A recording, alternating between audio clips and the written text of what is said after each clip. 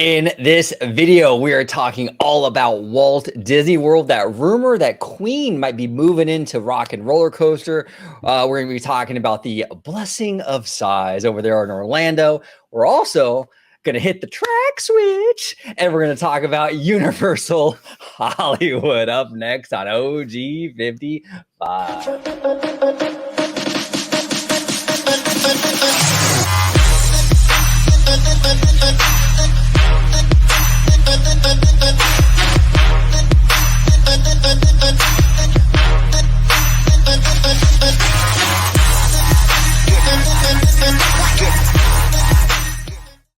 Welcome aboard to another episode of OG 55. I want to introduce my fantastic panel joining me today. My brothers, my family. We got the family, man. We got Vash Sky joining today, talking all kinds of stuff. Vash Sky, host of the Freshly Squeezed show here on the channel. If you could let everybody at home know where they can find you on social media. Hey, the best place to find me on social media is going to be at Vash Sky on Twitter. It's right down there. All you got to do is type that in. Should pop up for all the, as Christine Waysons McCarthy would say, for all the robust discussion right there. Wait. I can actually do the track switch. The track switch. Yeah, there you go. Right there. So I got that going too. And if you guys want to see me, well, it's going to be on the channel you're watching right now at Orange Grove 55. Where we have some amazing shows, including a Citrus Corner with our buddy George right here, Orange Nerd, and the original flavor of Orange Grove 55, hosted by, my brother too. This direction right here, and Story Geeks with Jay, which we should have a new episode coming out very, very shortly, along with a plethora of shows in the works for you guys. You definitely want to subscribe, and you can also find my own Freshly Squeezed, your source for juice, news, and info, squeezed fresh right from the Grove. Boom. And down below, we got George, Mr. Balls to the Wall, the family man 23 in the house. George, if you could let everybody at home know where they can find you on social media. Absolutely. Boy, I could feel those vibrations now. Well, anyway, so if you want to check me out, you can find me on YouTube, my YouTube channel, Disney Family Man 23. You can interact with me on Twitter at Disney George. You can check out the new podcast I'm part of called A Walk with Walt. And of course, you can find me here on my home base at Orange Grove 55 with Citrus Corner with all that sweet, juicy, but sometimes sticky Disney news and info. Pay attention, it's Joe time. There it is. And it's showtime. Before we get, I just have one other little note to give a very happy birthday to one of my favorite attractions at Disneyland, Indiana Jones Adventure, that opened today back on March 3rd, 1995. So happy 28th Indiana Jones Adventure. Yes, absolutely. One of the greatest. I also want to mention before we get started, the OG 55 merch store has officially opened. Link down below in the show notes. And actually, I think even YouTube has a special place for it, like right below the video. You can check it out. You can get hoodies, crew necks, t-shirts, mugs, you name it. I got a lot of requests from fans about where's the merch? Finally did it. We finally got that store up. So check it out down below. All right. So let's go ahead and dive into our topics today. First topic is Rockin' Roller Coaster. A change of theme is being heavily rumored. Now, we've kind of seen this before with this attraction, but it seems different this time. It seems a little bit more intense. Something's happening here. So, Dre, if you want to set the table, we'll go from there. Will. So we heard, or we have been privy to a semi-lengthy refurbishment for Rock and Roller Coaster for quite some time here, and we all were speculating on, well, does this have to do with the recent Steven Tyler allegations, and would the mouse be interested in maybe separating itself away from Aerosmith, at least for the time being, or maybe indefinitely? And to be fair, they have, let's just say, they've circled the tires on that prospect many times before. We've heard maybe the Jonas Brothers being involved at a certain point in the development of, or the redevelopment of Rock and Roller Coaster. We've also heard that, hey, whatever they're doing in Paris regarding Marvel, maybe they bring this over here, if in fact they can. But now we're hearing something quite unique and interesting. And it plays off of a prediction that was made a little while ago. So I believe on January 4th, if I'm not mistaken, WW Pro and his guy Jonas Campbell, his fellow reporter, let's say, actually kind of were talking about, what could you actually theme Rock and Roller Coaster to if it's not going to be around Aerosmith? And he actually made this suggestion. This was back over 2 months ago almost already. So let me go ahead and play this audio real fast, and we'll give you, I like to give credit where credit is due. But if I were in Disney's shoes, I would get tired of constantly re-theming shows for attractions for celebrities who continue to live their lives and continue to go on. You could even say the same situation about Ellen. Thankfully, her attraction was long gone by the time accusations, different kinds of accusations. That's a fantastic point. Yes, the energy attraction that she had in Epcot was actually closed. Those dinosaurs were removed, and it was switched over to Cosmic Rewind before the major allegations came out against her. That's a fantastic point, Jonas. All right, so getting away from those celebrities, continue on with your point. Well, I would say celebrities, but celebrities who are, forgive me for lack of a better term, very much dead. I would go with Queen. Oh, wow. What an idea. So, wild. and it made sense to me, which is why I repeated it on this show shortly thereafter, because it was like, that is actually a pretty decent idea here. But now we have a video that has just been released, and this is via Office Hours Live. I do apologize. I've not seen this online show before. Apparently, it is hosted by a comedian. Let me just get the name here, Tim Heidecker. And I guess he had actor Ken Marino make a guest appearance on to talk about maybe his latest projects. And somebody actually called into the show asking about Rock and Roller Coaster. And interestingly enough, he had something to say on it. So I'll go ahead and play you this clip here right now. Wait, stop the presses. Phil Braun, our friend Phil Braun, asked me to ask you about going on the Aerosmith roller coaster. Does that mean anything to you? Yeah. Okay, I don't know. What? So the Disney World Aerosmith roller coaster has a little pre-show as you're waiting in line. Many years ago, I recorded with Aerosmith and Ileana Douglas the pre-show where it's supposed to seem like as you're waiting in line, you see an empty music studio, recording studio, and behind that there's a sound mixer, and that's me. I'm the sound mixer, and then Aerosmith comes in and they're like, "Hey man, there's people waiting in line. You got to get on a ride." And then Ileana Douglas is the manager. You can pull it up on YouTube. It exists. I remember that very well. And I didn't have any lines. I just was playing with the the. So this is a video you see. It's a video. Yes, but it was shot to look like it was real. It was shot like on what do you call it? IMAX. Yeah.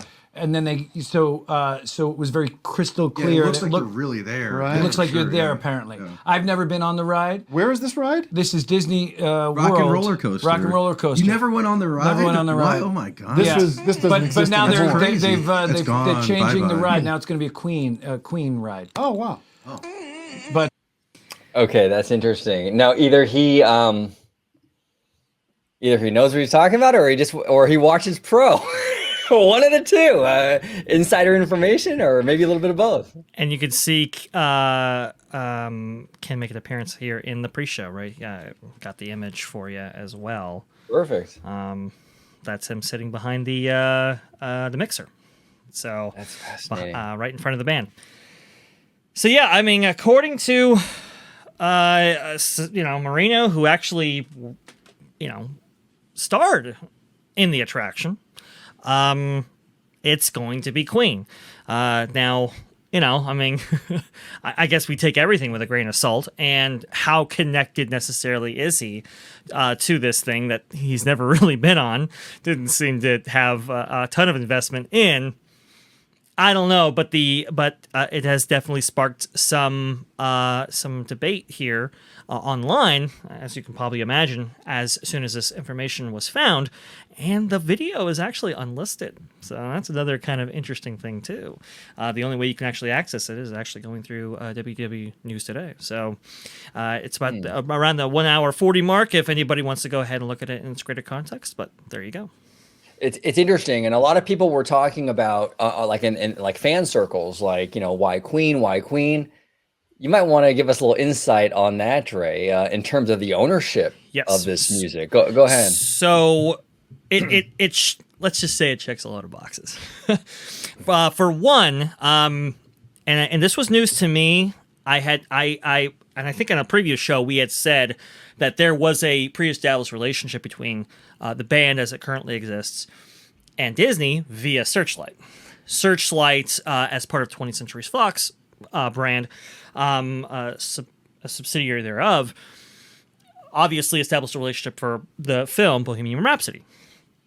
Now, Universal Core is actually saying that Disney still retains the rights to their music via that negotiation and that process. So it may have not only been for the film, but there may have been a rights transaction as well. Kind of like, hey, you host our music, we get royalties or whatever. Apparently that's still in place. And if that is the case, well, then you're talking, they don't even have to go to Queen at all in order to do this if they didn't want to. The royalty fees in which they pay out to Aerosmith would be completely eliminated. So that's kind of one thing driving that. The other thing too is a lot of people said, well, you could have this band, this band, this band. With Disney right now, it's not just what who produces or what is produced, but it's who produces it, right? Well, let's be honest here. Freddie Mercury was a minority figure, especially back in around the 60s or 70s when Queen was breaking out. But moreover, he was famously part of the LGBTQ plus community. That's something that Disney has been kind of highlighting. Let's say this is a band that actually encompasses that as well. So, it's got multiple layers here, and of course, as Jonas brings out, Freddie is not with us anymore, so there is no kind of outstanding controversy that could come up. That story has largely already been told. Yeah, no, that's 100%. There's no controversy now that can come out. Unfortunately, he passed away a while back. It's interesting. It's very, very interesting. Queen has some great music, so I can see a lot of potential here. But George, you're the Florida guy. I mean, are you hyped for this, or you don't really care? Or so I kind of go back and forth with this because I definitely see all of Dre's points. They all pinpoint to why it would make sense to put Queen in Rock and Roller Coaster. Now, if they do it as the Freddie Mercury originality as the band, I could see where they play the safe haven, if you will, because again, Freddie Mercury is no longer with us. However, Queen is the revival of Queen as the band itself is still going with Adam Lambert as the lead vocalist. So if for whatever reason, and nothing against Adam Lambert, nothing against the group as it is now, but if something were to go down with the band as it is now, would that still affect the Queen name tied to the attraction? That's a good point, George. And also, it's sort of what Dre was touching upon, where it checks a lot of boxes. Well, now it's the lead guy is a straight white male, so that's also another element to the equation. That's true, but you gotta think. You gotta put your head into a mind of a normie. Do they necessarily associate Queen with the current singer or the prior? Right. Because I think that's the bigger picture of what they're looking at. And that was my other point. No, and that was my other point. Because we were having a discussion in our private DMs last night, you, me, and our buddy Showcase, that we were talking about, of how, and you had mentioned this point, Dre, over the DMs about, it goes by, trying to get more people in through the turnstiles, and what will then get people into the parks to witness a rethemed or reboot attraction. And that's where I kind of go back to think, are people still interested in Queen? Is it enough to say, you know what, let's utilize this? For me, up until the fact when I didn't know that Disney owned the rights, but now it does make sense. So I could see where they can cut off Aerosmith and save a little bit of money there because of the royalties and what have you. But I just don't know if Queen is going to get people hyped up to say, ooh, let's stand in a 2-hour line for this. That's where I'm kind of going back and forth. But the length of time that this ride is down for refurbishment, it makes sense because it's a quick refurb. They could just add in the music, change a little bit of the queue. Now, my bigger question is this temporary? Is this just to kind of get Aerosmith out of the picture just for right now, and then they have bigger plans for Rockin' later on? Yep. I would have to say that is absolutely the case. To have a rock and roll themed roller coaster, that's not in the long game. You know, I would say your long game is probably theming it to an IP, not unlike what they did with the Parisian equivalent, right? With Marvel. And you say the viability of Queen, right? Well, Bohemian Rhapsody came out in 2018, and it grossed $911 million, almost $1 billion. That's for a biographical musical drama. That's a lot, okay? That is a lot of money. Money talks, you know. And if you already have, you know, those songs, I would assume that they only have the canon as it exists. If Queen is producing new music, it's probably going to stay with Queen up until there's a rights. But would that necessarily work with the theme park crowds? Yeah. Aerosmith did. I mean, I'm thinking, George, this is the way to go. I really am thinking it. And look, I get it. You know, obviously, we talk about vacation packages and so forth, and who's actually going to be, making those and for what purposes or whatever. You know, the people who, we just heard from internal statistics within the company itself that, you know, they were kind of losing people over 50. Well, what better way to appeal to them than to do a Queen type attraction and get them actually making vacation packages for not only themselves, but also their extended families and so forth, children, grandchildren. So, you know, this is all kind of consistent with that. Again, if Aerosmith Rock and Roller Coaster debuted today, I would agree with you. It's like, does that really kind of work? With the kind of rock and roller coaster theme as it exists today, your best chance of getting people in is probably via a Queen type attraction. They are very relevant. On a short notice, just to kind of get the Aerosmith brand out. Exactly, of the and they wouldn't have to do that much to the actual attraction. And look, if I can get Stone Cold Crazy and I can get Brian May's Red Special guitar in front, I'm not saying this is the worst idea in the world. Right. Now, if it was up to me, which is absolutely not, if it was up to me, I would actually theme it to a Goofy movie and have that whole concert scene. I think Goofy movie has fantastic music in there.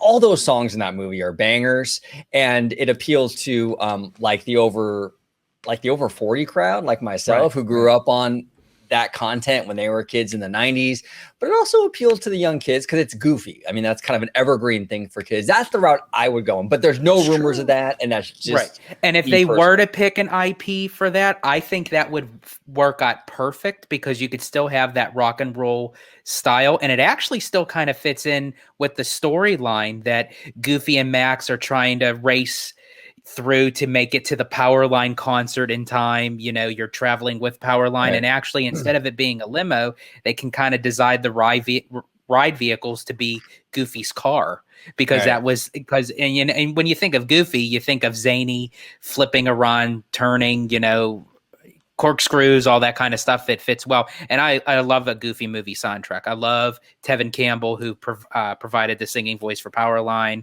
the song Stand Out Eye to Eye. And also, too, with now Max, dressed as Powerline, is now a meet and greet character at Hollywood Studios. So, it can kind of fit in there, as far as like the overall theming. But to Dre's point, as of right now, for the short amount of time that this ride is going for a refurb and to get Aerosmith's name off of it because of all the allegations and what have you, I can understand why they would choose Queen, and then all the more just finding out today that Disney owns all the rights to the I did music. not know that. That's a big game changer there. Two things with the Goofy movie thing. First off, did it make $1 billion at the box office? Oh no! I don't know. And then two. Well, I don't even think it ever went to the box office. I think wasn't that like a direct to video? Was that direct to I think video? it did hit into theaters. Oh, Extremely okay. Goofy movie was direct to video. Got it. Okay. Okay. I see. Okay. Good distinction there, George.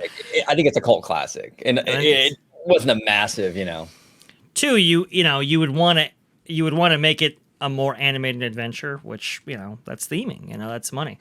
I say Brian May's Red Special. They ain't gonna do that outside. They want it. They want a quick redo. Let's say, right? Yeah. They want a kind of straightforward one. But do you think for the longer haul, do you think they would do a complete interior exterior? Oh yeah, Like for the longer haul. I'm telling you, they're probably gonna go with Marvel. They're probably gonna go with an IP that's huge. That well, and especially if they make the moves with Hulu, right. that could then push that a little bit further. If they can get some of those rights back east of the Mississippi River, then that's a huge game changer. Oh, it is. And somebody brought that up recently on Twitter, saying, "Hey, just an idea." Right after we had first talked about it, interestingly enough. So, I guess I can be planting seeds of the idea, but when people try to claim those things as their own, it's like, really? Really? Is that the first time you heard it, huh? Right. Even a couple hours before, we actually put out a video saying something similar. But yes, that would be a game changer. And I'm telling you, if they get those rights, a lot of these things, including Rock and Roller Coaster and other, Disney Hollywood Studios' entire future, that all changes immediately. Now, I want to ask you, fellas. I want to ask you. I have a theory, and I have no insider knowledge on this. This is just something that I'm thinking maybe is here with this.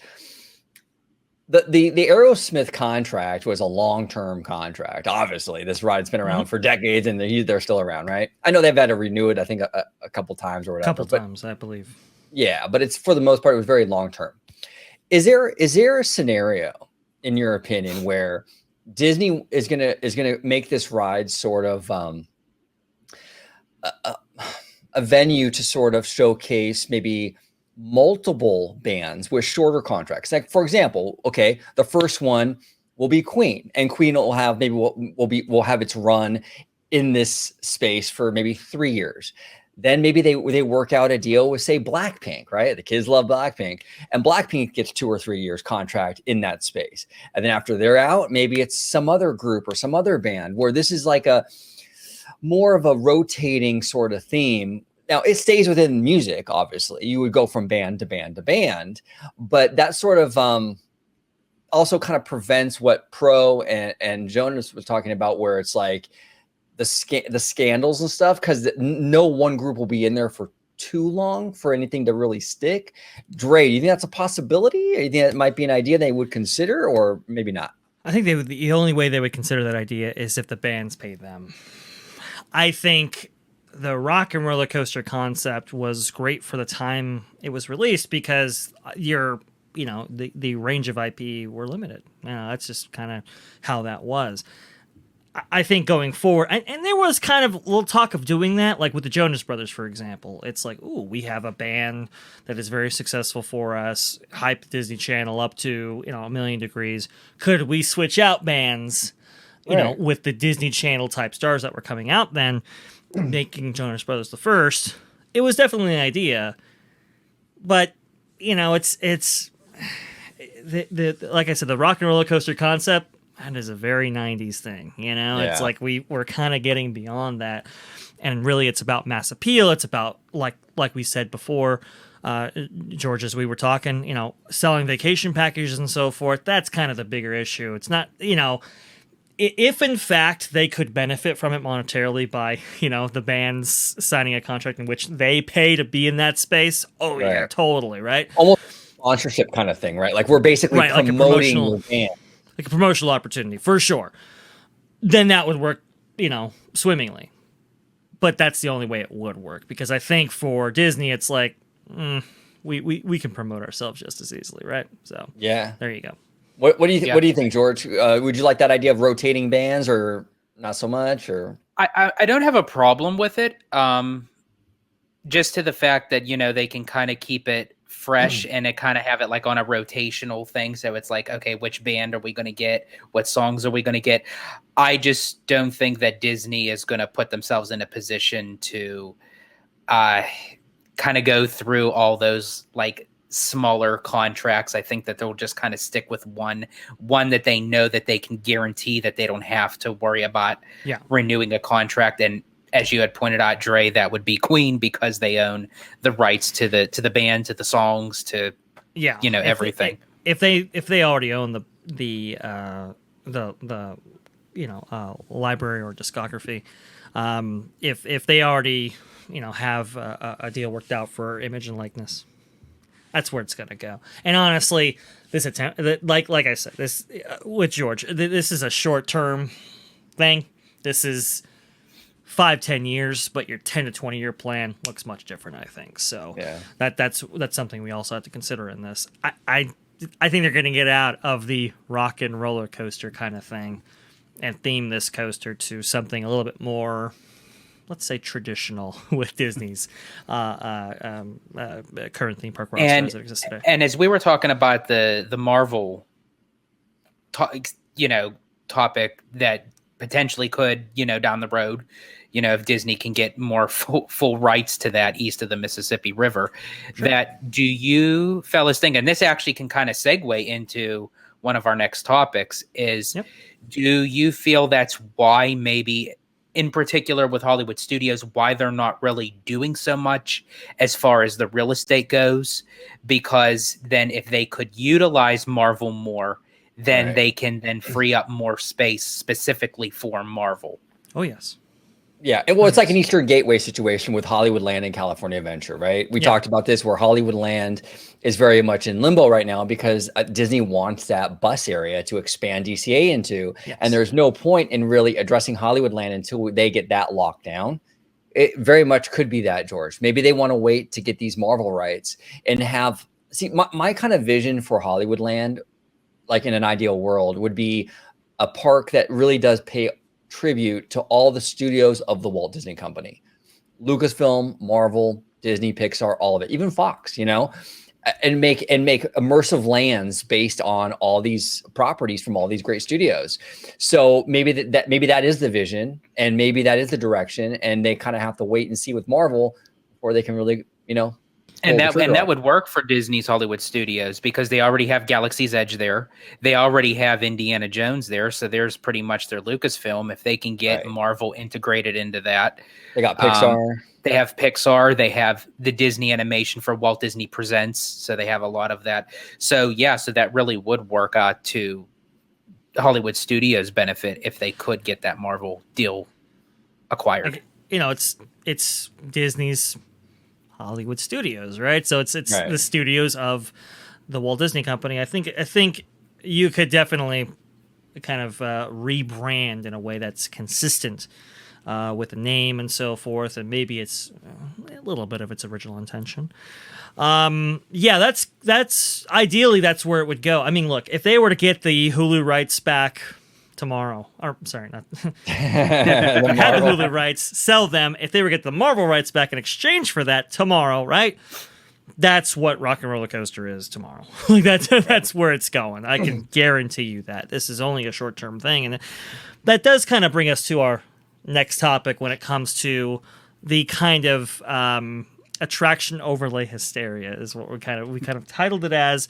But to give people some context, there was a conversation between a couple of people that we know, underneath a tweet that Casual made. And it was between, let me just see here if I can find it. It was between GatorFan15.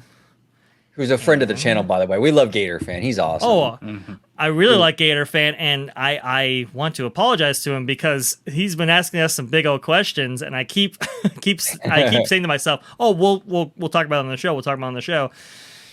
It doesn't quite happen, so I want to go ahead and put out the apology there for sure. And I believe somebody else, and I can't get the name. And I do apologize. I'm so sorry, but they were kind of going back and forth about the updating to Walt Disney World and actually adding capacity and adding attractions and so forth. And what this gentleman was suggesting was that let me see, I might have it here. Let me see, hang on. Oh, this is riveting content.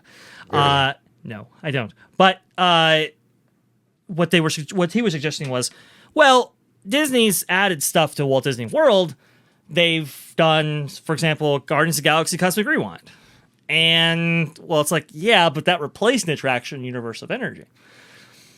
And kind of like, if this is kind of like, if we're adding stuff, are we really adding stuff if we're just overlaying stuff?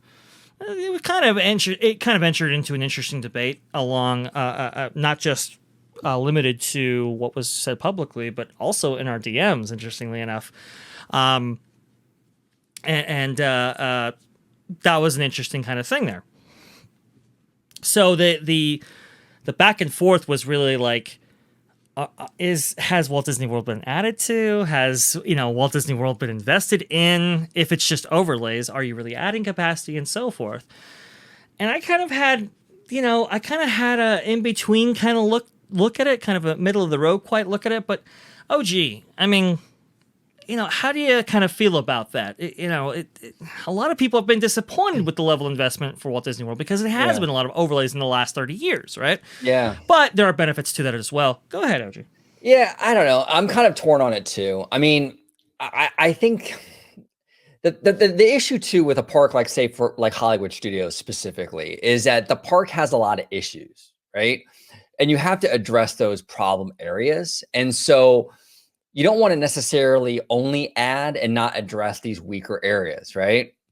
So there has to be some level of like tear down and build again, because you don't want to just keep outdated stuff. Like the tram tour they had over there, again, it was very outdated, very 90s, I think Galaxy's Edge was a much better fit for that space. Absolutely. The Great Movie Ride being replaced by I must have hit that track switch. Nice by Runaway, work. there we go. But by Runaway Railway, that one I don't think they should have done that. That was like the marquee attraction for the park. Huge ride with a lot of animatronics and what have you. I think that the park would have been much stronger if they would have kept that and added Runaway Railway. I think that would have been a really solid park. Instead, they took away the Great Movie Ride. They added Runaway Railway, and it was kind of like a wash. And it's just, I don't know, that didn't really work. It just really depends. And look, there's even like if you want to go to Universal Hollywood, which we're going to talk about later on, there's heavy rumors that the Simpsons Land is going to get replaced by something else. Well, I think that's a really positive move. Now, granted, you're just bulldozing and building on top of something, but if what you're putting on top of the old thing is much better and can attract more people, it's kind of worth it, right? And you're improving the overall park in general. So I don't know. It's kind of, I'm kind of on the fence with it. I think it is kind of case by case, kind of from where I sit. I think it is. And I'll go over some context here. If you can share my screen, OG. Oh yeah, I got you. Found the conversation. Sorry. I forgot that I had it set aside before the show, and I was looking for it elsewhere. I do apologize. It was me who said the 2E tickets. I'm the mystery man. Yeah, exactly. Okay, there you go. Well, no, it was between Gator Fan and 90s Nostalgia, even though you were in this conversation as well. Yeah. Gator Fan 15 was responding to our video,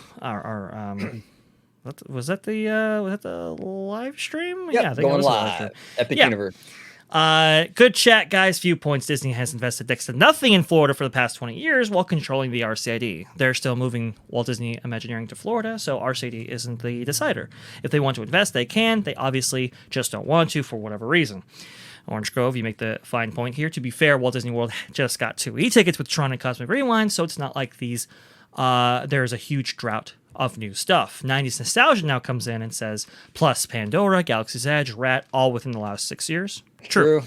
Gator Fan 15 says, yeah, they have built or replaced some attractions for sure, but IMO, the last 15 years has been a net negative for Walt Disney World. The resort has lost more than it's gained. What really bothers me most is when they replace or destroy classic experiences and places, just my opinion. 90s Nostalgia, Fantasyland added back all the capacity lost from 20,000 Leagues, Skyway, etc. Disney's Hollywood Studios doubled the rides they replaced and made better use of the footprint than empty facades and dying backlot. Epcot has replaced WOL Wonders of Life. Is it the Wonders of Life capacity with Rat? Okay. Added to Space Connections area. I don't think any park, you might continue here, has less than it did 20 years ago, even with less areas not utilized as much. And they kind of go on and debate a little bit, and you can kind of read it here on the screen there. I'll leave it up. But, George, I'm going to swing it to you next, so don't worry. Here's the thing about all this. This is kind of a complex issue, right? Because, and I'll elaborate on this further. I definitely want George to come in here, so I might pivot to him a little bit sooner because I'll be going for 3 to 4 minutes. I don't want to necessarily do that, but no, state your point, and then I'll okay. Go for it. Well, okay. You have to think, right? You don't just have a kind of capacity for any given attraction. You also have a demand, right, for it. So, hey, look, I love Great Moments with Mr. Lincoln at Disneyland, right? I love that attraction. But when you go in there, it's only about 20 people. Now, you can make that, arena, or I should say that amphitheater in there. You can make it 5,000 if you want. I think the current capacity is anywhere between 250 to 500, right? You can make it a whole, huge. But it doesn't necessarily increase the capacity of your park because only 20 people are visiting on every single cycle, about every 20 minutes, right?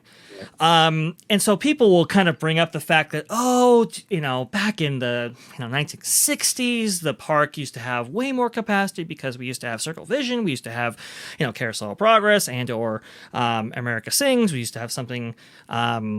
In all these kind of various places, we used to have these kind of high venue options, right? And people could kind of go there. People Mover being one of them.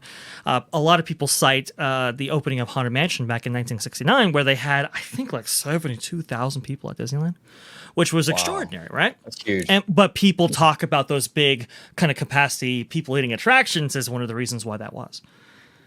Here's the thing, though. I could probably guess that a majority of that 72,000, maybe not the overwhelming majority, but a good portion of them were probably in line for Haunted Mansion. Because you have to remember, Haunted Mansion, the facade was there for like 5 years before the actual attraction opened. Back when Walt was still alive. It was already in place, and people were just they were at those gates looking at what dreaming about what was actually going to be inside and coming up with all these tales and stories. We've heard them before. That was promotion for that attraction, so when it opened, they got huge lines for it as a result. But that doesn't necessarily say that you can just have a bunch of, large capacity attractions and now your capacity has actually increased, because you have to understand you have demand as well. You open Circle Vision now, or even we've seen it before with Carousel of Progress, even at Walt Disney World, George. I mean, it doesn't, not every single seat is filled. Let's be honest here. Now, you do have attractions like Tiki Room as it exists at Disneyland, or Country Bears as it exists in Walt Disney World, where it's an audio animatronic extravaganza, and it does have a decent capacity for the given size and scale. and they kind of fill out because they're right off the main hub and so forth, and everybody's happy about that. With Disneyland, you have Dole Whip sales and so forth, and that's why nobody touches Tiki Room, because it does what it needs to do. Whereas when you have a big attraction, let's say what is it? The World of Motion, right? That used to exist over at Epcot. That was a huge audio animatronics extravaganza, and it just didn't have the demand that they were looking. So if nobody's going to be in line for your attraction, are you really balancing out the park like you should be? Whereas you changed it over to Test Track, and now that's got a 3-hour line. And so now all those people are over there in that line. Cosmic Rewind, a very similar story, right? Not a lot of people, were there. I know Showcase was. Showcase, I know he was there because he was seeing his dinos no matter what. But, they didn't have a lot of demand to spread people out. You got maybe voyages of 100, 200 at a time, and that's just not enough in order to maintain the amount of audio animatronics that were in there. Same thing with the Great Movie Ride, as sad as it was. It just did not have the demand. And yes, you could update the Great Movie Ride, and yes, you'll get an initial wave of demand, but it'll always be that attraction that it was from its inception when it opened back in the 1980s, a slow-moving kind of rolling theater dark ride. Yeah. And so it needed to change. And so, yes, a lot of cases, they've actually reduced the theoretical or actual capacity physical for some of these attractions. Yeah. They've reduced them in a lot of cases, but the demand has gone up tenfold. The guest satisfaction has gone up tenfold. And now with that demand, well, they can sell it back to you. Well, and Dre, and you can book vacation packages, and you can balance out that park. You're right, and Dre, and then I'll get to Dre. George, I promise you, George. Just a real quick point. Avengers Campus, perfect example of that. You had a land in Bugs Land that was very cute, very charming, but you go in there and there's like 15 people in that land at any given time. Now with Avengers Campus, it's packed. Web Slingers, with all its flaws, Web Slingers, is eating people way more than Tough to Be a Bug ever could even imagine. So it's it's that Disney demand. World had a lot of those kind of places. It had a lot of places where not a lot of people hung out, which is why at Disneyland, that's why you've had more attractions added than overlaid, because it's spread out people very, very efficiently. Whereas Walt Disney World, you had some places, let's be honest, I just didn't have the demand to spread people out efficiently. And now they're going back and changing that for better or for worse. George, go ahead. Yep. No, so now I'm just going to, which I completely agree with you. Absolutely. It does make sense because, and OG, as you had said, a Bugs Land over Avengers Campus, weigh in those odds. It's no brainer. Avengers Campus takes the crown on that one. My only concern is when Disney just relies on their laurels with just replacing attractions is also, when they do decide to build something new from the ground up, take, for instance, for Tron, it has taken, and I kind of also take out the equation of the pandy and the shutdown and what have you. Yeah. But just overall, it had taken 6 years for this roller coaster, a simple roller coaster that really has very little theme at all, for which folks don't worry about it. Of Shanghai. Exactly. And don't worry about there, folks. We are going to have a show in the coming future about theme and non-theme of attractions. That's going to be a doozy. But I digress. But yeah, as you had pointed out, Dre, it's a duplicate from Shanghai. It's not heavy on theme, but yet it has taken 6 years to build. So by the time that if they were to consider making something new from the ground up, a pre-existing attraction that got a retheme or a overlay, by the time that time comes for one attraction to be built, the rate that Disney goes, that attraction would be then outdated.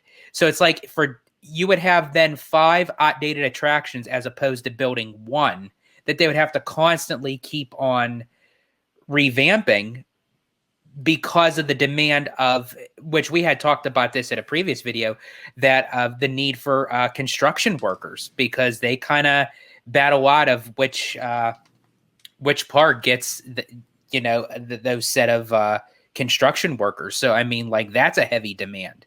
So so when would it then come time to say, instead of doing 5 overlays and 1 brand new attraction, that it would kind of flip? Let's do 5 brand new attractions and kind of 1 overlay. Well, a couple things with that. If you have a portion of your park, let's say if you have an attraction in your park that just isn't doing the business, you gotta address it. You have to address it. And moreover, you just said, George, it took 6 years to do Tron. Well, it took 2 years to redo Maelstrom into Frozen, for example, and it was a fraction of the price, right? So those things are also kind of issues that you have to kind of face. You have to kind of it's like, why add when we can overlay an attraction that isn't true. maybe isn't doing the business. And knowing Disney, it's like, if we don't have to really put out that chunk of money, then it's like, why do so? We'll give them an overlay of something and they'll go gaga over it. That's it. Like, and this is the difference. And we're gonna talk about we're gonna talk Universal Hollywood a little bit later on the show, but this is an issue with Florida Walt Disney World, and I think, in my opinion, I think the team over at Disneyland handles this stuff much better. Space, allocating for space, what to overlay, what to remove, when to add. Time frames are also much better at Disneyland. We didn't wait 6-7 years for Runaway Railway, and there's a lot of work that went into that. They built it from the ground up. They did. Disney World, they got some issues over there with some stuff, but. And I just have to say really quick, and not to beat up on Tron, because I can't really say too much about it right now until I ride it. After almost 6 years, and they still can't get the ride vehicles right. It's exactly. Sorry, well, I had to throw that out there. It was imported from imported from Shanghai, and the bars flap like they do. They should slide. Oh, it's just so frustrating. Okay. Yeah. But okay. You say Disneyland is better, right? You say Disney, and that's not Overall, so much the team. That's really, we don't have a lot of dead space in Disneyland just because of we can't afford it, basically. But every single attraction kind of does what it's supposed to do, which is why we get more refurbs than overlays in order to kind of generate just a little bit of demand. But it doesn't necessarily necessitate a huge overlay like maybe Walt Disney World does. And even though we do get new attractions, they're a little bit more spread out because of that. They really have to be, okay, there's really got to be momentum behind a project before it actually goes in. I mean, it's pretty spread out. You can only think of a couple of attractions that maybe could do better. I think Ariel's Undersea Adventure, I think, is one of those. Like, it doesn't quite, it's only a 5-minute line. It's not one of those barn burners. Given the space that it actually occupies, but even if few and far between. Yeah, but even if you take attractions out of it, though, and you just look at how our resort manages entertainment. I mean, we've got nighttime parades much more frequently. Our holiday stuff is pretty much consistently better than Florida. We just get a lot of times. It seems like the management team at Disneyland puts more effort into, because adding again, more. They rely on their laurels. It's because they have the blessing of size and all that land. It's like, well, we have it. We'll get to it when we get to it. Disneyland has to become more creative in a way that it's like, we're the underdog. We have to make do with what we have. So let's get creative. It's also a heavy annual pass holder population. It's a fickle crowd, so you have to kind of come back in here on a regular basis, which is great point. That's why I have a mutual understanding with the annual pass holder crowd now, and they do bring some good to the table, and they have some parks that they're in competition with and so forth. We'll talk about that very soon. Yes, but it's quite fascinating because it's like, Walt Disney World hasn't really added anything, and I do agree they haven't, but what they have added is demand at these various places. It sells them vacation packages, keeps these parks occupied, and has better spread out people so that they're not, when you go into Epcot, we're not going to just Soarin', right? We're going to Cosmic Rewind, we're going to Rat Ride, we're going to Frozen, and we're going to, Test Track 2.0, for example, right? And so it's you kind of have to look at it at a per park basis almost, rather than just a per attraction basis. Oh yeah. No, I'm glad you brought that up, Dre. That's a great perspective. With the demand is definitely a massive issue here with this stuff, right? If you have a building that's massive with all this capacity and nobody goes to it, what good is it? Exactly. It becomes launch bay basically at Disneyland. Right. I mean, and I've heard, and this is why when George you brought this up, I was like, ooh, I really want to talk about this, because I remember having this debate years ago with some people who are like, oh, if they just put in, Circle Vision, and if they just put in, this and that, the capacity of the park will just immediately increase. And it's like, yes, your theoretical though is not your actual, right? Just because you provide the supply doesn't mean you're going to be able to saturate it via demand. Well, and the Magic Key popcorn bucket crowd, they're not going to give a shit about Circle Vision. Okay, they're just not. I mean, let's be real. Well, and they even threw that in there in the France Pavilion. They have the Beauty and the Beast. They do. And really, I mean, people may go in there for like some air condition, sit on, maybe take a little nap. But I mean, you don't see people lining outside for it to see it. So so I definitely see your point. But it even goes to the Wonders of Life Pavilion. It's like that building's been sitting there rotting. And that's a prime real estate right there, and yet they still can't do nothing with it. And we've mistakes have been made, right? When Kodak was looking to re-up their sponsorship with the Imagination Pavilion, we know how that went, and that was a big problem. Horizons, obviously, that may have been impacted by factors outside of Disney's control. Let's say Wonders of Life. Could Walt Disney World do better? Even in that aspect, I think they can. But I think the overlays are unfortunately here to stay up until demand is saturated to a point where they're satisfied with it. Yeah. Well, that brings us to our next topic, which is the water parks over in Walt Disney World, Florida. Now, I don't know much about these parks, so I'm going to hand it over to George to kind of set the table, and we'll discuss it. Well, they haven't been open long enough for even people to know about them, because apparently as soon as one goes down, the other one goes up and then goes back down again. Ever since really with the Pandy and the shutdown, a lot of with the two water parks that reside in Walt Disney World, Disney's Blizzard Beach and Disney's Typhoon Lagoon, they have been operating at a capacity that is not usually the norm.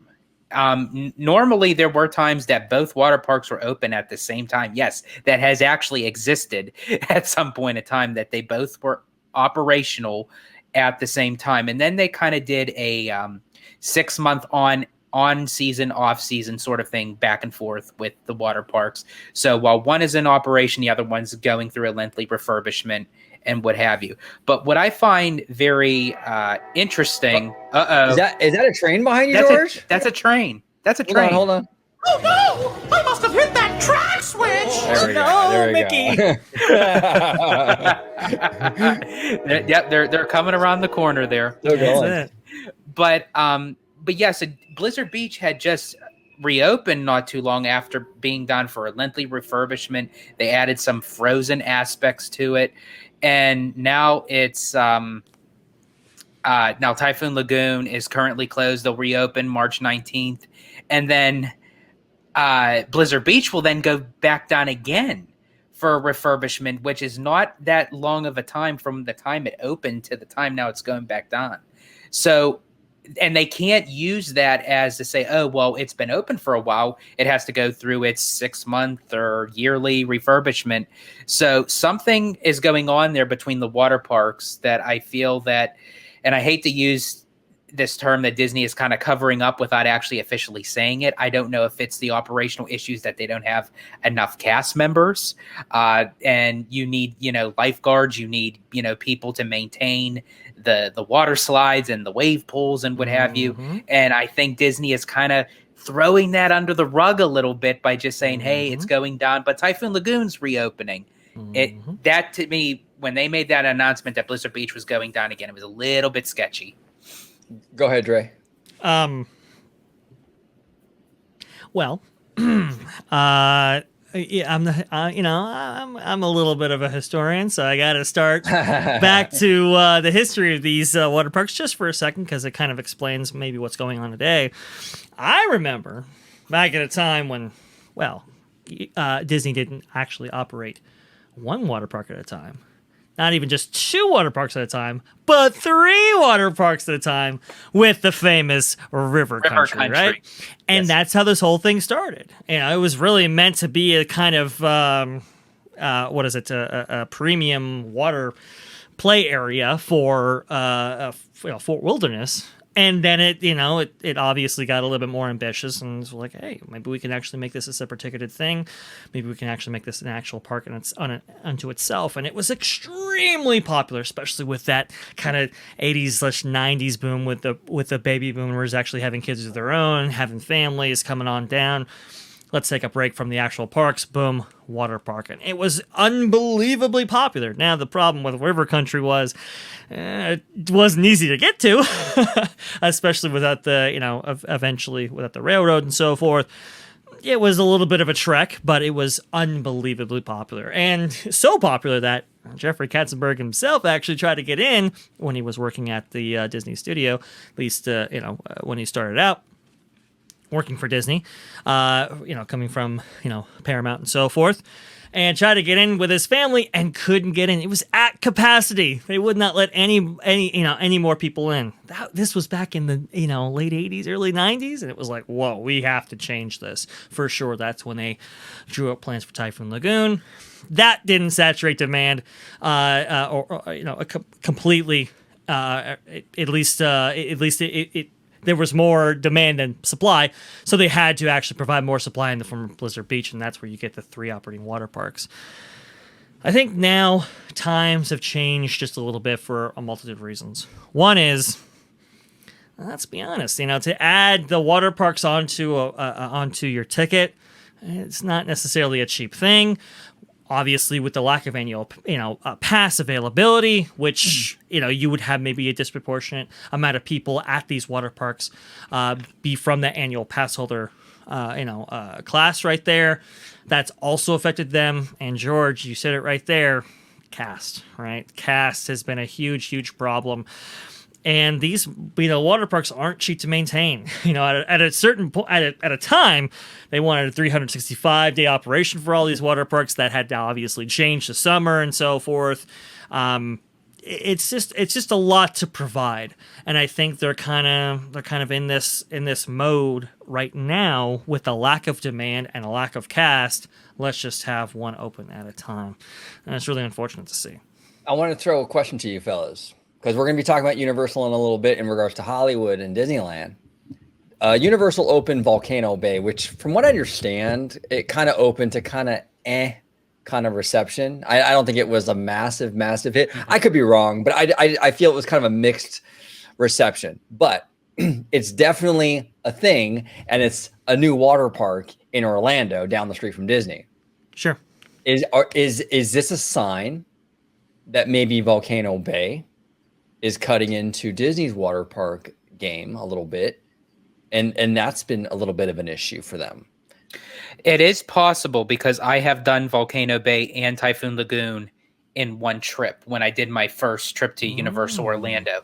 And now, not to sound biased that I always pick Disney, but I still prefer Typhoon Lagoon over Volcano Bay. However, as speaking in the overall population, Volcano Bay does have that feature where you scan in with like a water magic band, sort of speak, taboo, and you get a reserved time, and it'll let you know when to come back, and you get right on to your water slide or your attraction where you're not waiting in a line. And I have to say, in that aspect, the waiting time is less than 60 seconds. You're like on it, and then you go to the next. So in that aspect, you're still waiting in normal lines when you're at Typhoon Lagoon or Blizzard Beach. So in that way, OG, it very well could be that the overall population could be leaning more towards Volcano Bay, because again, you could stay on Disney property, but say, hey, let's take a day, let's go to Volcano Bay, and that could take the day for Typhoon Lagoon or Blizzard Beach. Well, yeah, and Dre, you were talking about kind of how these parks are kind of a little bit of a remnant of the past, So you throw one more into the equation when demand is already sort of like waning, and you're spread a little more thin. You are. I would have to take a look at the packages for Universal and how they kind of incorporate Volcano Bay visitation as opposed to Disney. I think Disney, it's like extra cost. For yes, sure, because Universal does it where even though Volcano Bay is a water park, they still treat it as another park where they could say a 3-park 3-day ticket. Okay. Or like in that aspect, where with Walt Disney World, you have to add on from a 4-day ticket of the theme parks. Well, I want to add the water park fun and more option onto it.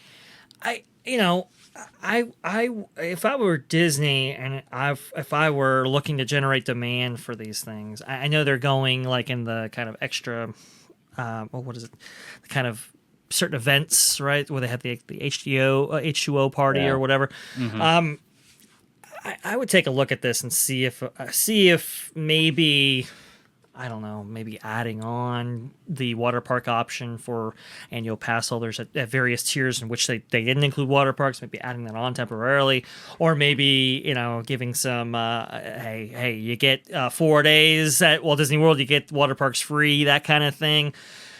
I would start looking at that because there's a lot of labor and there's a lot of maintenance for these things not to get any demand whatsoever. Well, and then as you said about demand in the parks as far as for attractions, Dre, they went from 3 water parks down to 2. Mm-hmm. Hell, knock it down to 1 and use that space for the 5th gate. There you go. Oh, there you go. Are these water parks big enough? I'm not familiar with the acreage. Are these water parks big enough to support a traditional park? George, I would think so. I mean, they're not big in the same aspect of Animal Kingdom, but I would say like Disneyland or like I would say like a DCA. Okay. I would say a DCA. I mean, I would have to look up. Blizzard Beach is 66 acres. Okay, so that's under DCA by about 10 acres. Which one was that? Blizzard Beach. Blizzard Beach. Okay. So that's 10 acres smaller than DCA. That's pretty small, but. And Typhoon Lagoon's 56. So yeah, those are pretty tight. Those are pretty small. Tight. Those are pretty okay. But we just saw the Grand Master Plan for the RCID as it existed before this new reiteration, which we will be talking about very shortly, guys. I'm telling you, it's coming up. And they updated the long-term plan to include 2 more water parks, which is very, very interesting. Maybe those would be replacements of the current ones. I'm not sure, but it is kind of fascinating how this water park situation is kind of fared in Walt Disney World, because from what I understand, they're they have issues staffing and providing the demand for 2. Yeah. Yeah, we'll see what happens. It's a fluid situation. Nice. All right, which brings us to our last and final topic. We got some really, really, really big Universal Hollywood news. Now, friend of the channel, who we showcase here frequently, Mr. Universal Core. Now, I've said it before in my solo Universal videos. Universal Core is a very solid source for Universal information. Okay, he is right way more than he is wrong. I think so. Yeah, he's a solid source. And stuff changes as well. Universal Creative, they change stuff all the time, right? And at a more rapid pace than maybe Disney. Right, and people also they hear something they don't like, so they want to dismiss it out of hand, or it's very selective sometimes with people. But he knows his stuff, and he's saying right here, Universal Studios Hollywood will be renamed to Universal Hollywood Resort at an upcoming media event. Okay. He goes on to say they will also unveil the plans for all future attractions set to open in time for the 2028 Olympics, and Universal's Aventura, which is currently in Florida. We'll show some pictures and talk about that. And another hotel will be announced. So 2 Universal built and operated hotels. Now that's Aventura. That's Aventura, and here's a little video we can play just behind this. This comes to us from the Frugal Brit, I believe, Orlando. right. So we'll go ahead and just play this in the background right here. Yeah. This is, as you can see, the architectural styles and so forth. It seems kind of like an LA hotel, let's just say. So it'd be very fitting for the area, but this would be a big development if you can kind of see the scale featured in this video. And what Universal Core is talking about, we were talking to him briefly in private a little bit more with a little bit more details. Look, we've heard that Brian Roberts, I believe Jeff Shell may have made a comment about this as well, saying that they're going to be investing big time into Hollywood.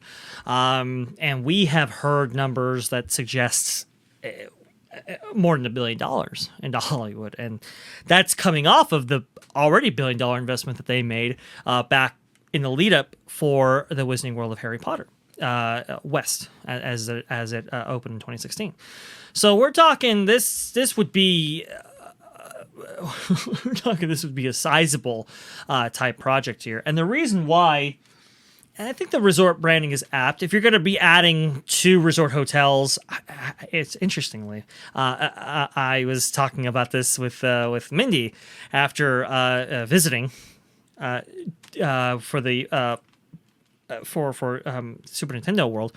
Mindy hadn't been to Universal Studios Hollywood in quite some time, and she even asked, like, "Ooh, does Universal actually have a hotel?" And I said, "No, they don't, but there are plans to actually get one."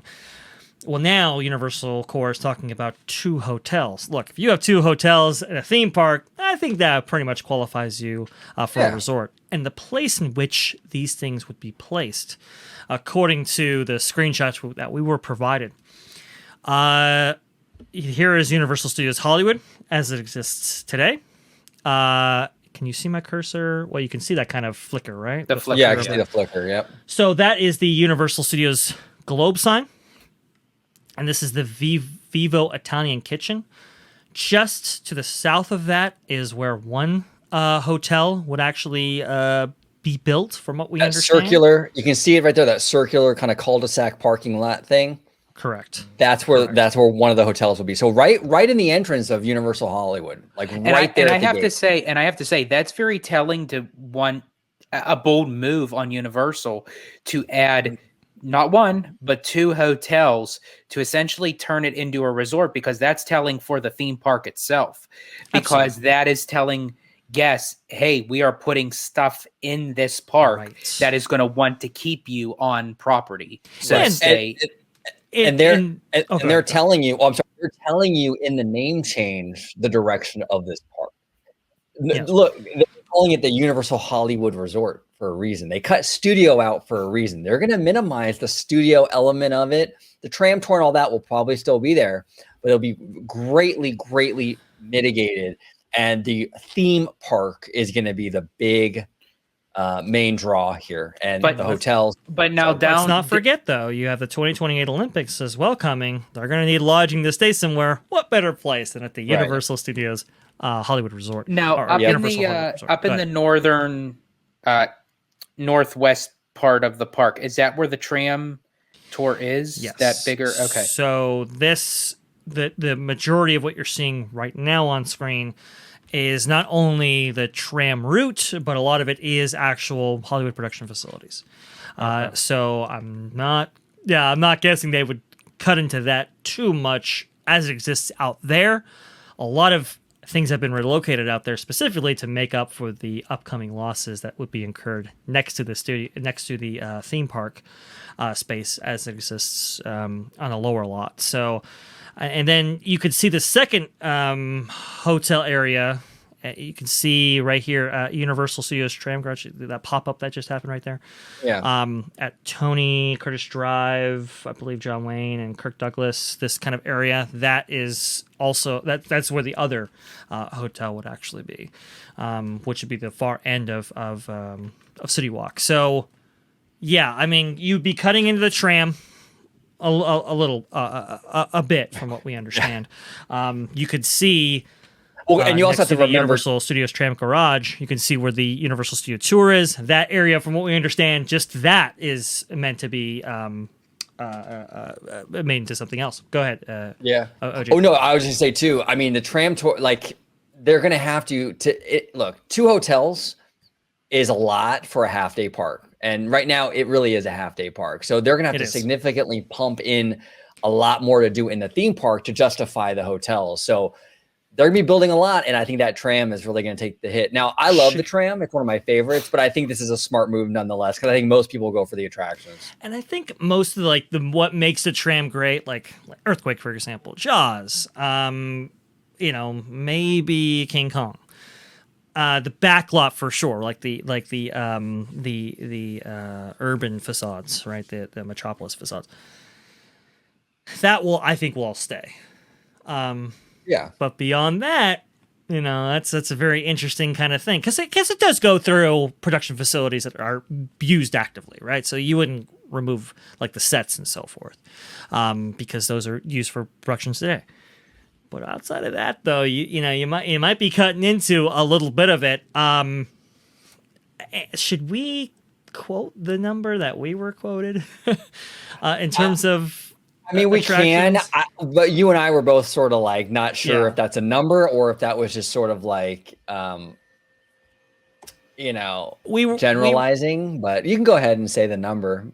Yeah, we were quoted something like 10 e-tickets in like 5 years. Now that seems that's what I heard too. But again, but in the context of how it was worded, I think it was like, it's like saying like if you get sick a lot during the year, like I've been sick a million times, like that kind of thing. Right. So, basically I think what he was saying was a lot is going to be invested into the park, and they're really going to beef it up. Whether it's 10 literal attractions or whether it's just a handful, they're still going to put a lot of money into it. Even if it's half of that. Five. Yeah. Even if they were to put 5. And we know. That's a nice hefty chunk. And we know we can probably get 5 if we think about this for a little bit, based on the rumors that we've already heard, right? So Donkey Kong is 1. That's a whole themed area. We've heard Diagon Alley, which would, I would think, feature some type of attraction. We've heard even a Hagrid's Magical Creature Motorbike Adventure type attraction for the existing Harry Potter real estate. If it would be Diagon Alley, Furious. Would you get? No, I was just going to say, if you do get Diagon Alley, would you then get Escape from Gringotts? See, that's the thing. I asked specifically about that, and I was told, no, probably not so much. Yeah, because Gringotts still encounters problems today. But that doesn't necessarily say that there might not be a Gringotts attraction taking another form. Go ahead, OG. Well, I was going to say our dear friend and family theme park wizard who we love dearly, he was telling us that Simpsons is really on the chopping block, which is good. I kind of feel the Simpsons land is looking a little run down, to be honest. It does, honestly. It does also in Orlando. It's like it's an eyesore, to be honest with you. And from what I'm hearing too from Wizard is that attraction, the Simpsons attraction in Hollywood, they're having some foundational issues and what have you. So they're going to have to address that area. And the contract runs out anyway for that IP. So Wizard posted this earlier. Universal Studios Hollywood updated their theme lands page on their website. You'll notice Springfield is nowhere to be found, which was very, very interesting. They also, reallocated some space for the Despicable Me area. They did some minor stuff, but not finding Simpsons, that was surprising. Did they really make the Transformer building a land? Is that the first one on the very bottom? Hold on. When we cycle through again, they can't be right. Yes, Metro Base. Okay, you're kind of stretching it, Universal. Well, come on, you only have so many attractions. But this is the problem, right? This is the issue. It's a half day park, that's what it is. And I love it, but that's why I don't necessarily tend to go as often as I'd like, because it's an investment, not just because of admission, but it's, if I'm staying in Anaheim, staying near Disneyland, it's an hour drive, long drive here, but you had a hotel, maybe there goes price, the persuasion, and some more attractions. Ooh, I'm interested. Even me. Yeah, no. Even me. Yeah. I mean, I've never even been to the damn park before. It's like, you gotta go. It grasped my attention, and that's what's pissing me off about Disney. It's Universal now has my attention to say, you know what? They have a roster of attractions that are going to be added in. They're adding 2 hotels. They're making significant changes, not even at Universal Hollywood, but also down in Universal Orlando, where they're building a whole brand new theme park. And yet we are pissing and moaning with Disney with all these allegations and these lawsuits and this political bullshit, and pardon my French, but that's what pisses me off about Disney right now. I think though, and I could be totally wrong, and I mentioned it earlier in the video, Walt Disney World management consistently does malpractice over and over and over again with that. The maintenance has been worse over there. Tron took 6 years to build. They're really late to respond. There's no nighttime parades. Their management team is really slow out the gate. Let's be real. Disneyland Resort, though, I think it's going to be a different situation with any kind of response that might occur. I do agree with you with that. I think if there's going to be a response back, Disneyland's going to make the first move, especially with the Olympics too coming. With the Olympics, that's what I was just going to say.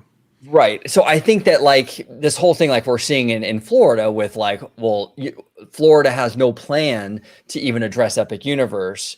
I think that's a different scenario at Disneyland. And I think that I was even telling Dre on the phone. It's like a meme now, right? On the phone, Dre. That's a meme. That's a meme. I was even telling Dre that, like, you know, we're all predicting that this Avatar experience is going to be a pretty sizable thing for Disneyland. You know, that might be, look, Disney, it's all in the same industry as Universal. These Imagineers go back and forth between the two companies. They all know. Is Pandora, they do. Is Pandora a response to or a preemptive thing to this Universal expansion? Maybe. You know, you never know. I think honestly it's going to have to be, because it's funny how Iger mentioned that at the quarterly earnings, that was the one thing that he mentioned specifically.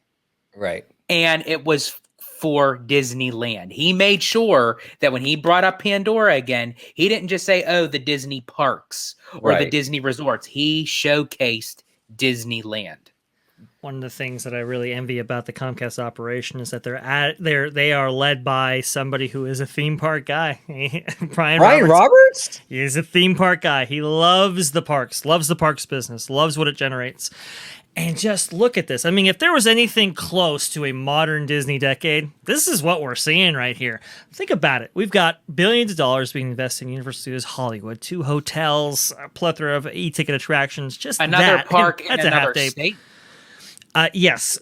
Frisco, Texas. We're talking about anywhere between maybe a $700 million, $800 million park just being invested there. A $4 billion park in Epic Universe with a plethora of themed hotels there. A Universal Europe park. And the decade just started. I mean, the ambition is out of control. Well, let's be fair, Dre. I mean, at least Disney's making moves too. I mean, they are getting the picnic basket with the Mickey on top. I mean, no, but the Texas park, from what I understand, though, is hitting some hurdles. The city council is giving them a hard time.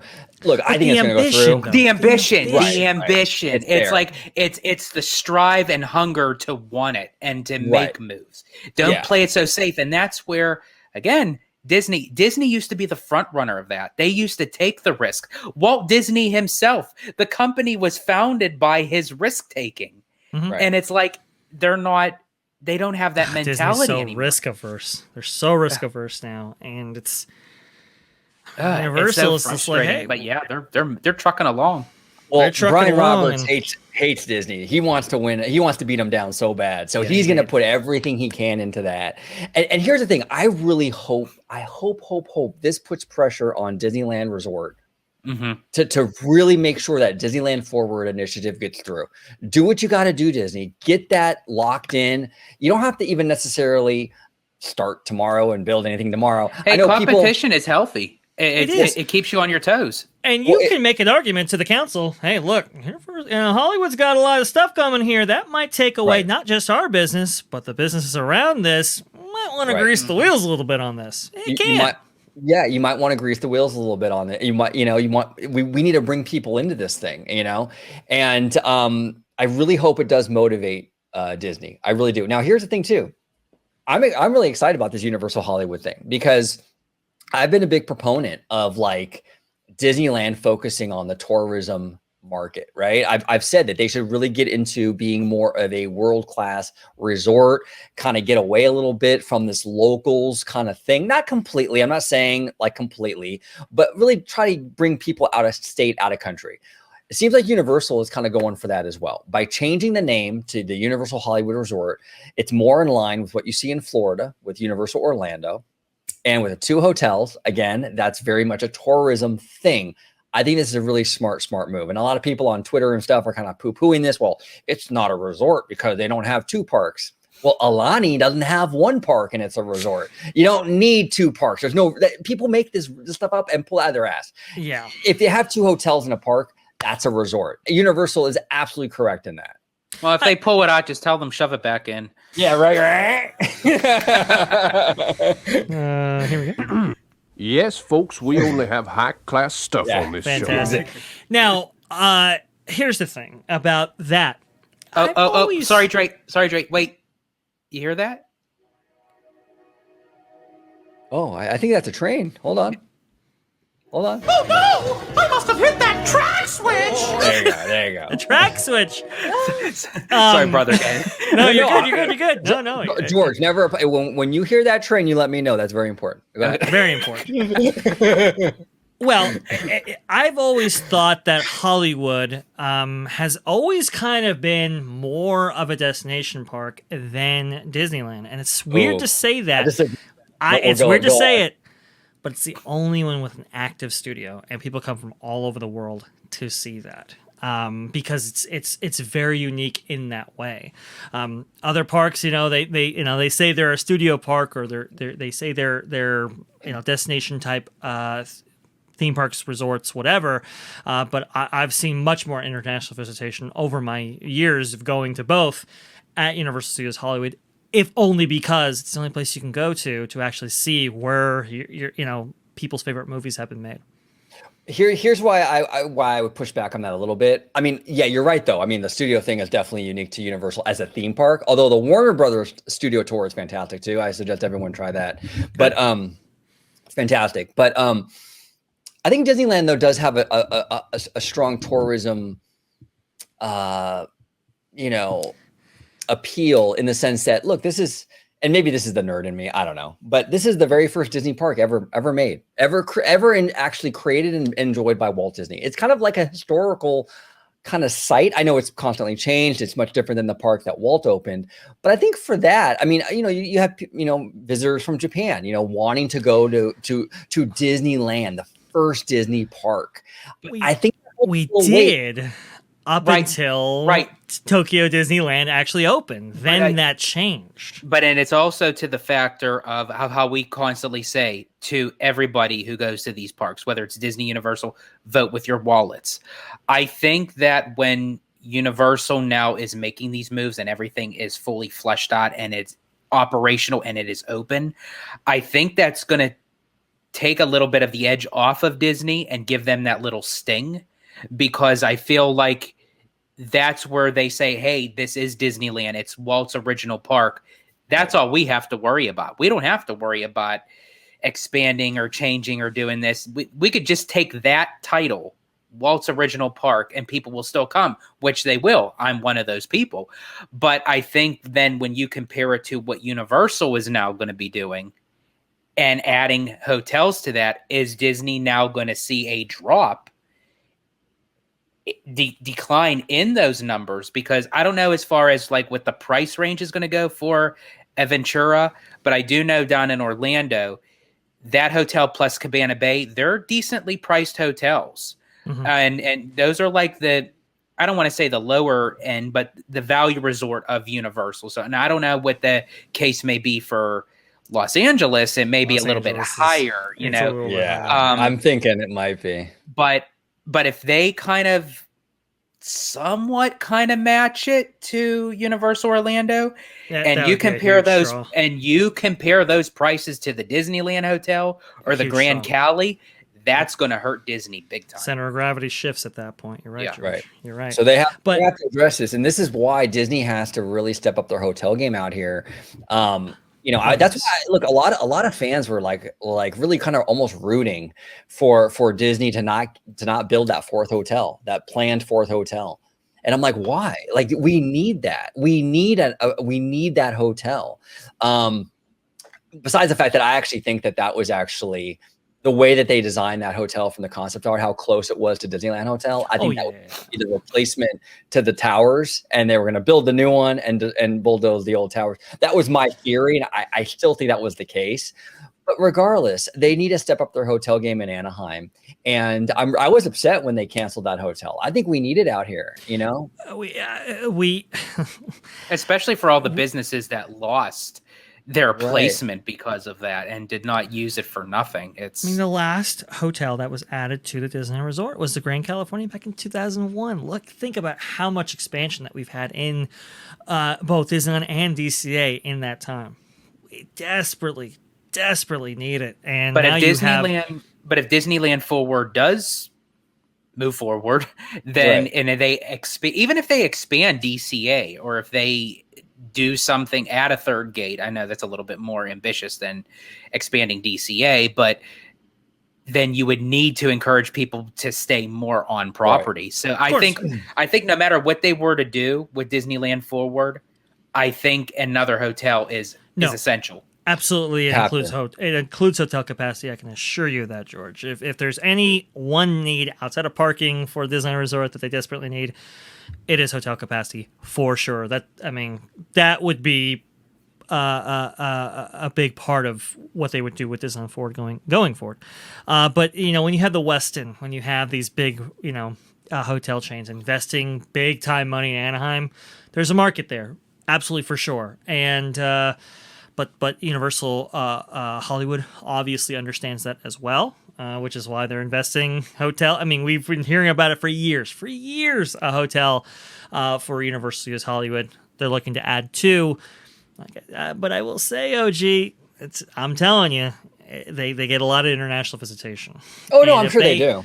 I just don't think, I don't necessarily know if it's more than Disneyland Resort, though. I think it's more. I think it's more. Wow. I think it's maybe, and it's just limited to proportion of their park, That's right? True. So maybe it Are makes there up a bigger actual percentage. numbers? Are there actual numbers on that, depending on how many international travelers visit Disneyland opposite to Universal Hollywood?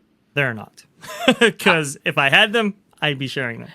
But that'd be. And I was going to say, and whoever came experience, close, I would owe that person a Coke. And this is very anecdotal, and I will say it's very anecdotal. But this is something that we should look into. I'm very curious. Maybe obviously we can't do it on this show, but we should look. We should look into those numbers. I would be curious what those numbers are. We could do a future show on it or talk about, because that's fascinating. If it's true that Universal is kind of creaming Disney in that department, that's crazy. I think they are. And it'd be interesting to see if that's raw amount or just percentages. Right. That would be a very interesting thing. But Universal Studios Hollywood, I think, has definite potential. Absolutely. Comcast has seen that, and I root for this little park. I do. I think it's a great location, and it can be a lot more than it currently is, and even at its current size, it's a decent amount of attractions. It really is, but it needs more, and they want to give it more. Hey, more competition, like you said, George, is better for everybody, including Disney, like we said with Disneyland Forward, but also just to get them off their ass. So. Yeah, no, I think I'm sticking to it. I think Disneyland Resort's management team is much better at responding, and I think we're gonna get, if this thing is true. Now, remember, this is all rumor. We're hearing it from Core, though, and Core is very reliable. But if they do announce this, some people, so let's I'm not going to question him. I do. He knows people. He knows people. He knows people. That's all we can say. That's all I can say. But he definitely does, and I think this is going to be very interesting. I think it's going to change the landscape in Southern California theme park market for sure if this goes down. So we'll see. We'll see. I don't know. And if nothing else, Disney's still making moves. They just put up the fountain in Centennial Park in Toontown. So You know what though? That looks really cute though. I really like that fountain. Yes, I think I have that fountain here. If I can bring it. No, up I'm actually impressed by it. I think it'll flow nicely with the rest of the land. Well, and the thing I like about it, and I'm sure our buddy Showcase will appreciate this, it's very classic Mickey. They Traditional, don't do that, yes. right? It's not the was it Paul Ruddish, I believe his name is. It's not the Paul Ruddish Mickey Mouse shorts. It's like the very much like the traditional 1930s Mickey, you know. Which, for instance, folks, in case you're wondering, because I know a lot of people were asking what kind of Mickey and Minnie is on the postcards that I'll be sending. These are it right here. This is the Mickey and Minnie that is part of those postcards. What do you think, Dre, about this statue? Now we lost two statues. We lost the Mickey over by the residential area, and we lost Roger Rabbit. We're getting this one. What from what you're seeing, do you like it, not love it? Where are you at with this? Too shiny? I don't know. Well, yeah, it's a little plastic, you know, but that probably holds up a lot better, especially if it's in fountain form. So you'll remember that the Roger Rabbit and the Mickey Mouse fountains were more of a kind of a traditional. It wasn't stone. It was like a bronze or copper, like actual statues, right? Mounted within. You know, obviously you have some corrosion problems and so forth. And you got buildup, and so this definitely alleviates those problems. But I don't know. I think I'm gonna have to see this one in person because and entirety. And there's supposed to be a lighting package as well. Go ahead, George. Yep. No, and I was just going to say, and as you just mentioned, like see it as its entirety. You know, with the lighting in the package, context. with the correct, yeah, right. Yep. It seems like it's like whatever paint they use on these characters. It's almost like car paint, right? Yeah, it's very glossy and very. I wonder if that's like maybe it's a special kind of paint that doesn't like fade. Maybe it is car paint for all we know. I don't know. Car paint doesn't fade. Maybe they decided to go with that. I don't know. But it's very interesting. It's a very glossy finish, and I'm sure it holds up better to the sun and better to water. At least I would hope so. We're gonna find out pretty quick. And the water, at least from the concept art, you know. And I always tell people, don't get mentally married to concept art. But supposedly the water is going to be coming out of her little watering can, which is kind of cool. Let's see if we can find it, actually. Yeah, check it out. This is actually usually a lot of times concept art is very different from the reality, but this actually seems to be tracking very closely to what the art looks like. I held my breath there for a second, OG, because I thought you said for a moment I thought you were going to say the water was going to be coming out of something else. So jeez, yeah, right. Yes, folks, we only have high-class stuff on this show. Let's see here. Let's see if we because it looks so far, at least from what we're seeing, very similar to that art. Why don't people have the art connected to this? I've gone to 3 different sites, and I what? No one has it. Nobody has the. Let me see. I can. Yeah, if you can find it, please. I can't believe this. I got you. It's strange. No problem. I got you guys. Oh man, I'm even Googling it. I can't find it. Isn't that weird? Okay. Yeah, where is this? Like, oh my goodness. Okay. I'm checking too. I don't know. If... I guess I don't want to. We're so prepared for our shows. Yeah, this kind of dropped last minute. This fountain thing. Well, anyway, it looks very close to what we're seeing there, almost identical. Ooh, the EP Ripley also made its debut back. Nice. I missed this story. That's great. EP Ripley has been off the line for quite a while, so that is good. Yeah. It looks like Scott Goosen, another big shout out to him. He does a lot of great work. Oh yes, he does for sure. A lot of great work. Very spot on. Yeah. But EP Ripley. That's great to see. It was Walt's train for sure.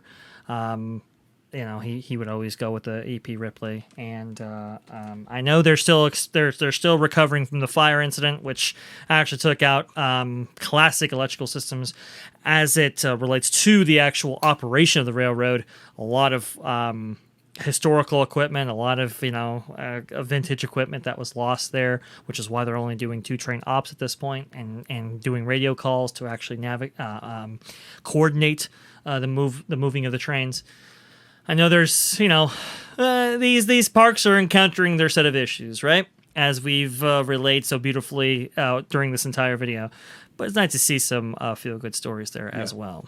Absolutely. And again, and after everything that we've talked about, again, got to keep on reiterating, we want these parks to succeed. Absolutely. We want Disney to come out on top. This is why we have these discussions. Listen, I make no bones about my bias. I want Disney to kick Comcast ass. Let's go. But I'm being honest with you. Like, I really am. I want them to win. Mm-hmm. I want them to win. I do too. So competition, I think, is good for everybody. So I obviously am rooting for Disney, but if Universal thinks that they can take the throne, let's see if they can. Yeah, it'll be fascinating. I just hope that this opens Disney's eyes here in California, and Disney pumps a lot of money into our resort. They push that would be forward stuff. Now that would be the biggest bargain of them all. Oh, absolutely. Hold on one sec. George, you're making me here you go. And there's the biggest bargain of all. Yeah. Well, and it ties into a little bit, and we're gonna get into this weekend with Reedy Creek, but it ties into the Reedy Creek situation as well, where it's like, does Disney pull back a little bit over there and decide, okay, we'll deal with the lesser of 2 evils at the moment and work with the Anaheim, city council or whoever. We'll see how that all works out. Now, our source, who we call Dude Trust Me Bro, is saying that Disneyland Forward, as of at least a couple of weeks ago, our source was saying that it's looking like it's going to happen. Well, and especially after all this breaking news today from Universal, I think now this really kind of set a nail in the coffin for that decision.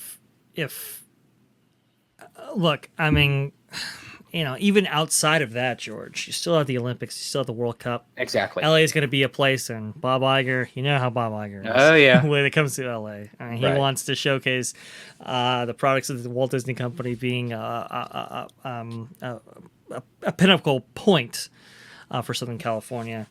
I would think that the competition might get a little bit more fierce than it is now. And now you add in the Universal mix in here, it's going to be very interesting. Well, and the Anaheim area is also going to be getting. It's not Anaheim. I think it's actually Garden Grove, but that Nickelodeon hotel, Nickelodeon resort. Yeah, that's an interesting thing. Right. That's not massive competition. We're not talking like Universal level competition, but it's just one more thing that it could draw people away from Disney. I'm telling you, and we've really hit the nail on the head over and over and over again on this video, but Disneyland Resort really needs to step up its hotel game like beyond belief. They really, really do. Yes. Because even that Nickelodeon hotel, as you had mentioned, it's just another thing, because again, if they end up having a nice little package or a deal, or it's opposite to what the Disneyland Resort hotels offer, everyone's going to be drawn to these other themed resorts, right? And it's going to dry Disney out. We've seen the Great Wolf Lodge, right? We've seen the Westin, JW Marriott, now this Nickelodeon resort here, and all of those within the last 5-ish years.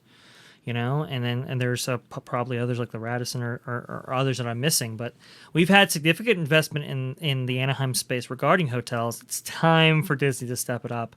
That is absolutely necessary. I know they've tried to offset some of the costs of investment by partnering with outside partners and so forth, just to kind of keep costs down and everything. Whatever it takes, Disney. It's time to add. It's been far too long. We're going on 22 plus years here, so we got to go. Well, that's why I was disappointed a little bit to hear. Well, it was bittersweet, but I was a little disappointed to hear that they're redoing the Paradise Pier Hotel. Mm-hmm. I mean, I'm glad, because now it actually makes sense when it's looming over Pixar Pier that it's a giant Pixar building. It makes sense, So, okay, I'm happy about that. But I was a little bummed out because it's an outdated hotel. It's very much a product of its time. It's a very 1980s style hotel. Maybe they can improve upon that with this renovation, but I would love them to really knock that thing down and build like a brand new shiny Disney hotel. and really impress people. I don't know. I think we're stuck with this one for probably at least 10 years. Well, and it really showcases Pixar Pier too. It fits in just fine. Well, that's what I'm saying. I mean, Yeah. at least now it makes sense looming over. No. I mean like the overall theme, like where you're basically just taking a structure and you're throwing Pixar into it. So it's theming versus decorating, and we get into all that. Yes. Oh, Which we will be yes. getting into that again, folks. That's going to be a doozy. We will. And I want to. Speaking of Olympics with that hotel, by the way, the Pixar Pier Hotel or Pixar Place. Pixar Place Hotel, whatever it's going to be. Still haven't memorized the name. Well, that was actually opened by a Japanese corporation in preparation for the 1984 Summer Olympics that occurred in Los Angeles. So I think, by the time the latest Olympics actually comes to LA, can we get a hotel? I think we can. Yes. Now I wanted to ask you guys, because we've talked a lot. The hotels at Disney World have been talked about a lot within our community. I know Braden did that video about some of the renovations to sort of minimize the theming in some of these hotels. I wanted to show you guys a room for the Aventura, and I want you guys to do you think Universal is sort of approaching the same problem that maybe Disney's having with very minimalist kind of hotel theming, or is it just different? I kind of knew where you're going because I actually seen the inside of the rooms. What do you think?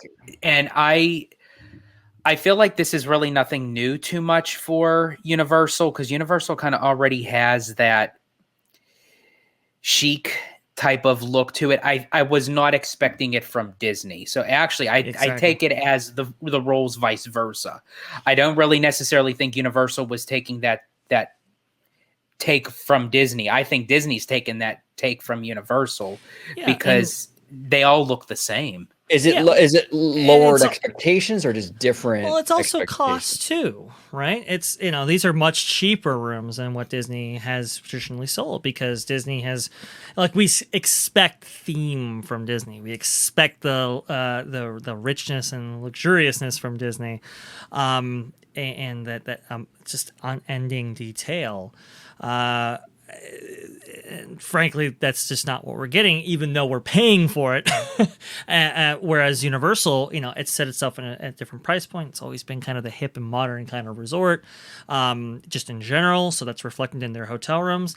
That level of expectation is like, okay, we get it.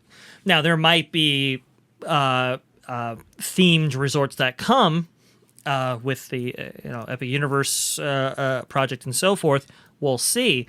But I think people kind of expect it from Universal. Like George said, just didn't expect it from Disney, and you are paying for it still. And we don't know the other hotel. From Core, we don't know the other one. I mean, we know this one was mentioned specifically, but the other one is still unnamed. So the other one might be crazy themed. Who knows what that is? Exactly. I mean, I have no idea. Or it might look like this one. I don't know. Right. Yeah. Right. We'll just have to wait and see. We will definitely have to wait and see. It is unfortunate what's happening to the Disney hotel properties, because it really did set them apart, and it really did. I think for a lot of people, made the justification of the enormous price that Disney, charges that much easier to swallow. It's like, okay, this is something you just can't get anywhere else, and for them to kind of follow the trends instead of actually trendsetting themselves, unfortunate. Yeah. No, yeah, they should get back to what they're known for, the meat and potatoes of that Disney difference. I love, out here in Anaheim, I love the Grand Cali. I know it's pricey, but I love it. I absolutely love it. It's warm, it's cozy as hell. I love that hotel. Grand Californian. If you've seen the premium hotels in Tokyo, like the Disneyland Hotel, or even the Maricosta and I can't remember the other one, but the ones that are connected to Tokyo Disneyland, just go online, folks, and see those hotels and look at the quality of theming from those hotels. In fact, I might actually look it up myself. Those never go out of style. They really don't. Let me see if I can find it. Eventually, I'm going to be staying at the Grand Cali myself. I'm just waiting to hear back from the Gypsies to see how much they're going to offer me for Josh. Yeah, So- that's great. Well, and you also got to find out, how much you're going to get for that kidney, right? Yeah, absolutely. Actually, though, you know what though, it is pricey. But if you go, George, like in the off season, it's better. It's a little better. I mean, I'm not saying it's cheap, but it's a little better. Don't try going in the middle of summer. Check it off my Disney bucket list because that is on one of them. That is one of them that's on the bucket list. Yeah, it's great. It's a great hotel. It's kind of similar to the Wilderness.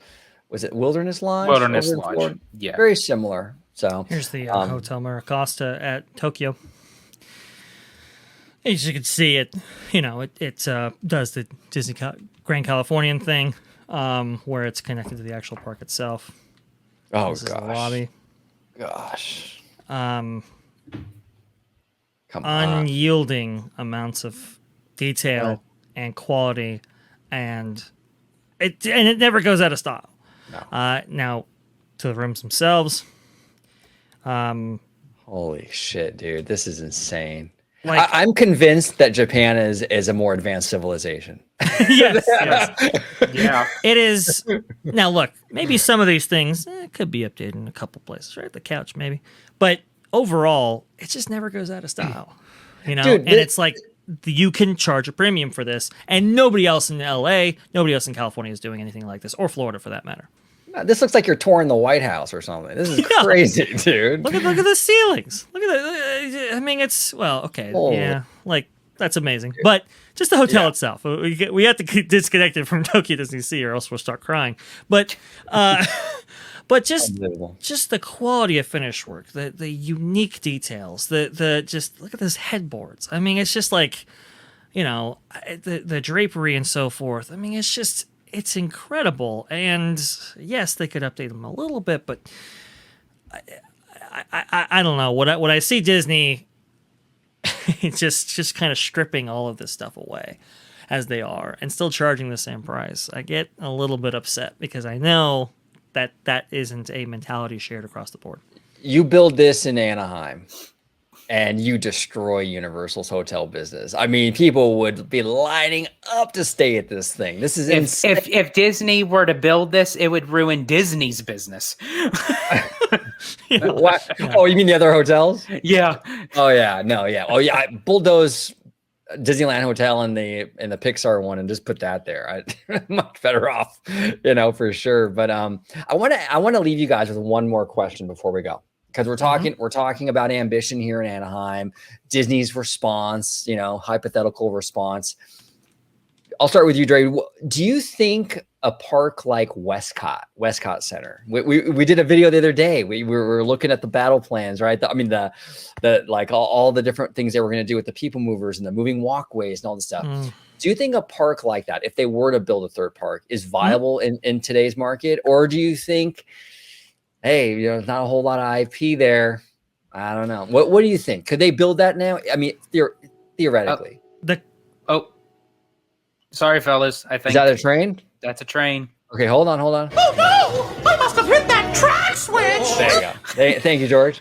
Proceed, I think the concept that I saw included a Future World section. Interestingly, it was a Future World, but it was like it was like a building, like a walk-in land, sort of like how Tokyo does with its Little Mermaid area, right?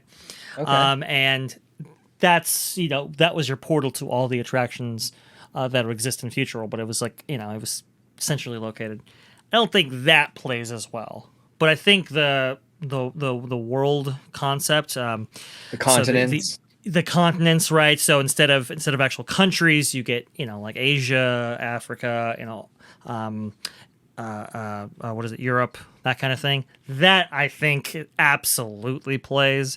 We see a little bit of that in Vegas, right? And some of those concepts were stripped out of there and put into Vegas a little bit there. So that's kind of where that overlap comes from.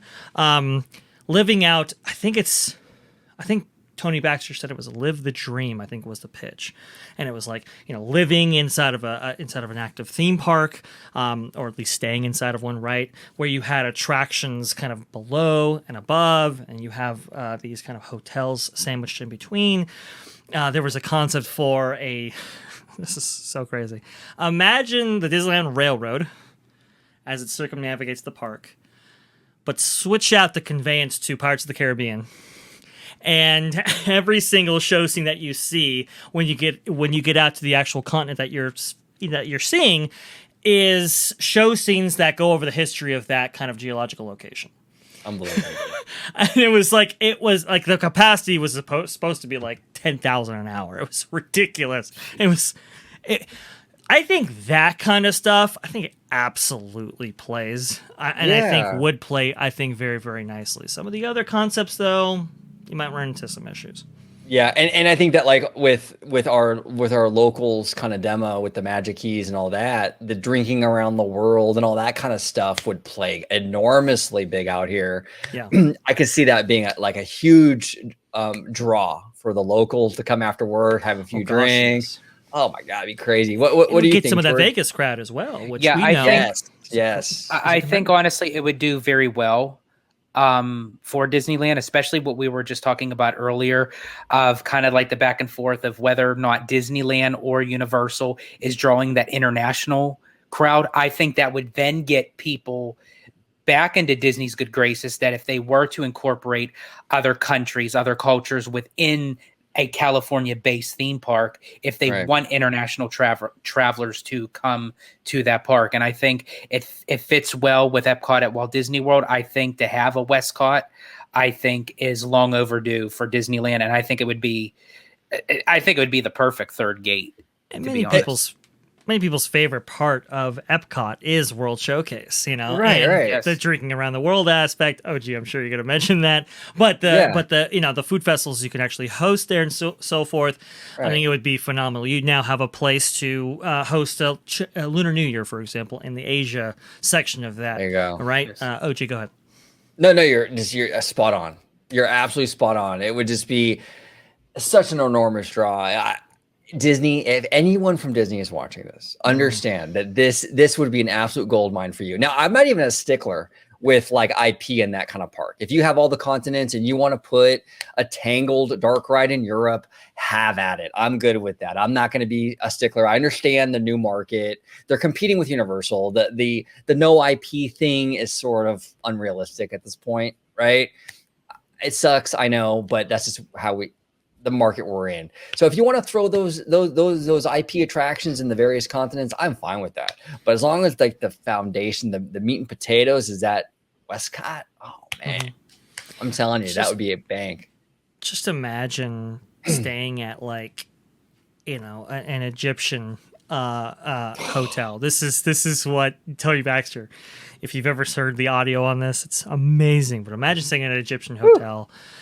Staying in an Egyptian kind of room, going into an Egyptian restaurant as, connected to that hotel, going down, experiencing an attraction that features, Egyptian iconography, for example, and then go on this kind of boat ride that is underground, that's right underneath it, and see how Egyptian architecture and that culture influenced maybe like some place like Asia or Europe. It's like that kind of.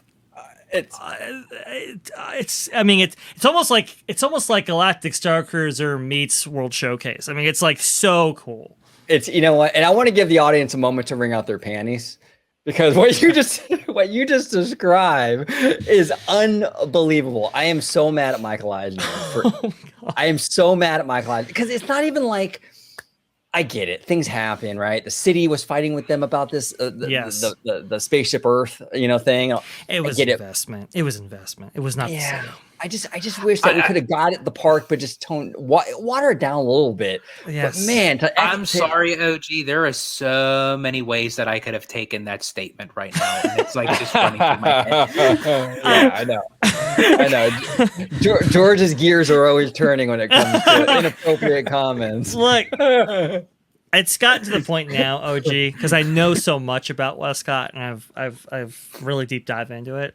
I can almost not even look at concept artwork or maps or I know. planning or materials related to it because it just gets me upset now. It just gets me depressed because I know how What could've ambitious been. they were, and it was right there. It You know, was and right there. It was right there. And I'm the same way actually with animation, believe it or not. Like when every now and then I'll pop on Disney Plus, right? And I'll watch like an old movie or what have you. I stay away from like Beauty and the Beast and like a Little Mermaid and these Renaissance era films because it's depressing. Like, I mean, I'm gonna watch this thing. I'm like, oh, the new movie now is Strange World. It's like, wow. I'm like, it brings me down to know that how how it's fallen. I don't know. I know. It's sad. It's sad. Well, So at least we got to see the products that was produced, right? Westcott will always be in our imagination, unfortunately. not always. There's always a chance, Trey. There's always a chance. You're saying there's a chance. I like it. Yeah. But I want to thank everybody for joining us today. Now, before we close it out, George had a request because it was a very universal kind of video. I'm going to drop a little universal kind of graphic right now, and then we're going to close out the show. Hold on one sec.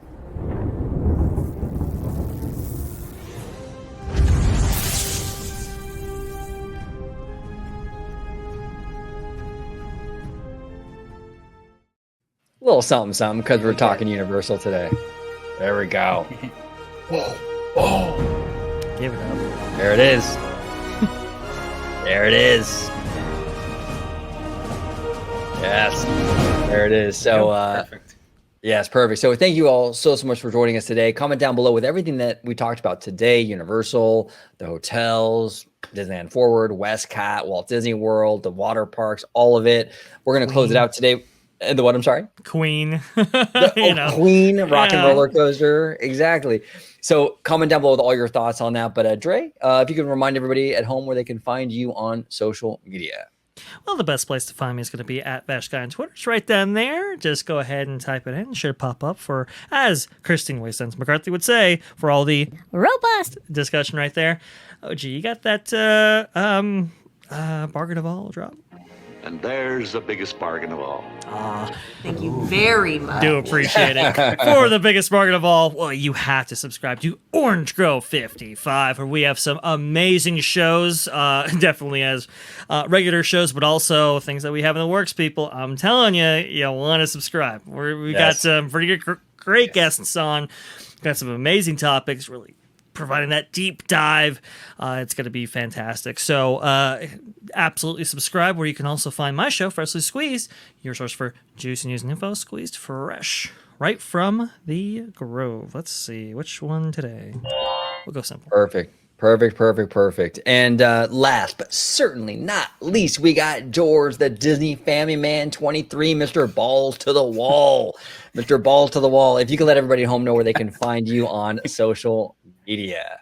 Absolutely. And don't worry, folks, with that title, it's not that type of social media. I trust you on that. Right. But real quick, George, I was going to say, because your whole thing is like balls to the wall, right? Yes. We got to reach out to Manscaped and see if they'll sponsor the show. I think that's fitting. I think, honestly, if they do, I think that would be the biggest bargain of them all. I think it would be. If you can let everybody at home know where they can find you on social media, George. Absolutely. You can find me on my YouTube channel, Disney Family Man 23. You can interact with me on Twitter at Disney George. Please check out the new podcast I am part of called A Walk with Walt. And of course, you'll find me here on my home base at Orange Grove 55 with Citrus Corner with all that sweet, juicy, but sometimes sticky Disney news and info. Yes, there it is. It's been an honor serving with you all. There we go. So that rounds out this show today. Thank you all so much for watching. Check out the new merch store down below. Get your hoodie, get your mug, whatever you want. It's down below.